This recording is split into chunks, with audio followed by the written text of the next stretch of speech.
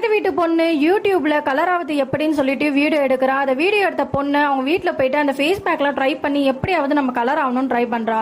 அன்னைக்கு நைட் அவங்க தங்கச்சி அவங்க பாய் ஃப்ரெண்டு கிட்ட பேசிட்டு இருக்கா. அது யார் அது, அப்பாயிட்ட சொல்லட்டுமா அப்படின்னு சொல்லி கேட்கறா. உனக்கு லவ் பத்தி என்ன தெரியும், உனக்கு அஃபேர் இருந்திருக்கா அப்படின்னு சொல்லி அவங்க அக்காவை கேட்கறா. அது கேட்ட அந்த பொண்ணு எனக்கு என்னடி கூட, எனக்கு ஸ்கூல் டேஸ்லாம் நிறைய ப்ரொபோசல் வந்துச்சு, நான் தான் வந்து ரிஜெக்ட் பண்ணேன்னு சொல்றா. இதை கேட்ட அவங்க தங்கச்சி எவ்வளவு பெரிய பொய்ன்னு சொல்லிட்டு அவ தூங்க போயிடுறா. மறுநாள் அந்த பொண்ணோட ஃப்ரெண்டு கால் பண்ணி எனக்கு மேரேஜ் ஃபிக்ஸ் ஆயிடுச்சுன்னு சொல்லிட்டு போன்ல சொல்றா. அதை கேட்டு அந்த பொண்ணு போய் நேர்ல பேசும்போது எப்படி அப்படின்னும் போது எல்லாமே சீக்கிரம் முடிஞ்சிச்சு, நாங்க லவ் மேரேஜ் தான் அப்படின்னு சொன்னதுமே எப்படி பாத்தீங்க அப்படின்னும் போது நான் சோசியல் மீடியால தான் அவரை பார்த்தேன், ரொம்பலாம் நாங்க பேசினது இல்லை, ஆனா வீட்டுல சொன்னதுமே இப்ப கல்யாணம் ஃபிக்ஸ் ஆயிடுச்சு அப்படின்றா. உடனே அந்த பொண்ணும் சோசியல் மீடியால போய் தேடலாம்னு சொல்லிட்டு முடிவு பண்றா. அன்னைக்கு அவங்க அப்பா பிசினஸ் விஷயமா அவங்க ஃப்ரெண்ட்ஸ் எல்லாம் பேசிட்டு இருக்காங்க.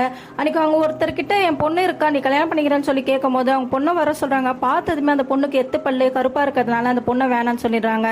இதை கேட்டு அவங்க ஃப்ரெண்டும் எப்படி நீ இப்படி சிரிச்சிட்டு இருக்க அப்படின்றாங்க.